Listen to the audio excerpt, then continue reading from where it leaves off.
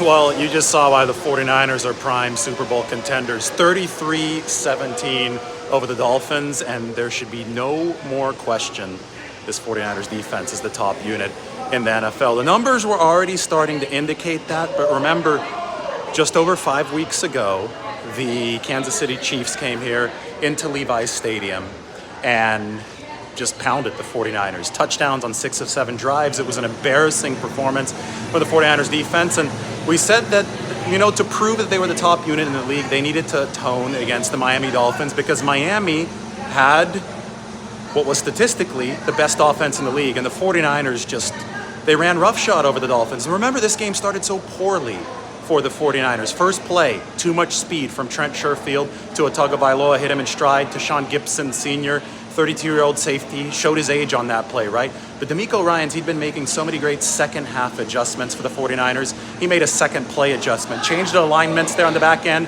allowed the 49ers pass rush to start hitting home. We said the key would be make Tua Tagovailoa hold the ball, dissuade him from operating that short game.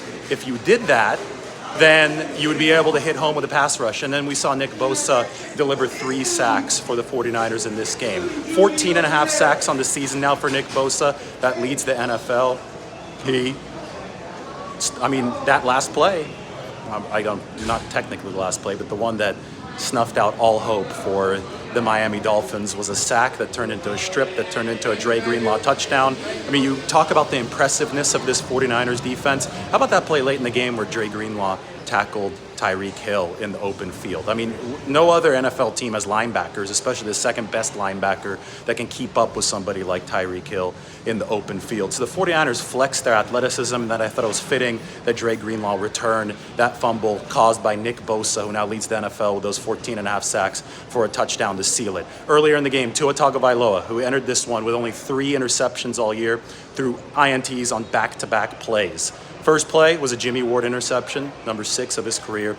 And it came because Eric Armstead was like that snowplow that I was talking about. Insane pressure up the middle. And, the 49ers were this good defensively today, despite the fact that Eric Armstead was on a pitch count. We didn't see all too much of him and Bosa together because they were trying to hold Eric Armstead back to obviously preserve his health in his first game back. They're only going to get better as Eric Armstead sees more time moving forward. But then Hassan Ridgeway got hurt, pectoral injury, and it forced the 49ers to put Eric Armstead in as the Dolphins were driving, and that was the closer package, right? When Nick Bosa and Eric Armstead are both on the same defensive line, that's the 49ers A unit, and that is the closer package, and that closer package got Miami. Well, I can't believe that I haven't talked about Jimmy Garoppolo yet on the 49ers offense and Brock Purdy, who deserves a lot of recognition. But Jimmy Garoppolo did get hurt. We're going to have an update on Jimmy Garoppolo shortly. Going to go sit in on Kyle Shanahan's press conference to hear what he has to say about Jimmy Garoppolo. But obviously not good news for the 49ers.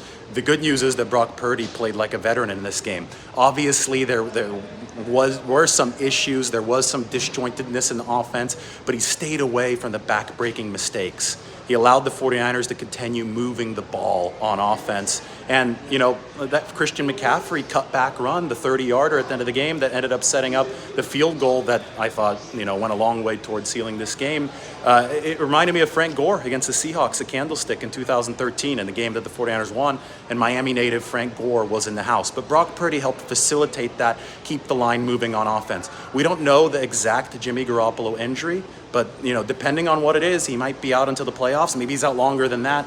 We do know, though, that the 49ers defense is good enough to keep this team afloat, at least for the time being. You have to buy some runway for Jimmy Garoppolo to return, and Brock Purdy ain't that bad, right? Brock Purdy did some really, really impressive stuff for the 49ers today. I think he's got a lot of Jimmy in him as far as short-range gunslinger, right? Willing to take some chances over the middle of the field, but he trusts his release, trusts his accuracy. And the 49ers were something like 7 of 14 or 7 of 15 on third down with Brock Purdy in the game.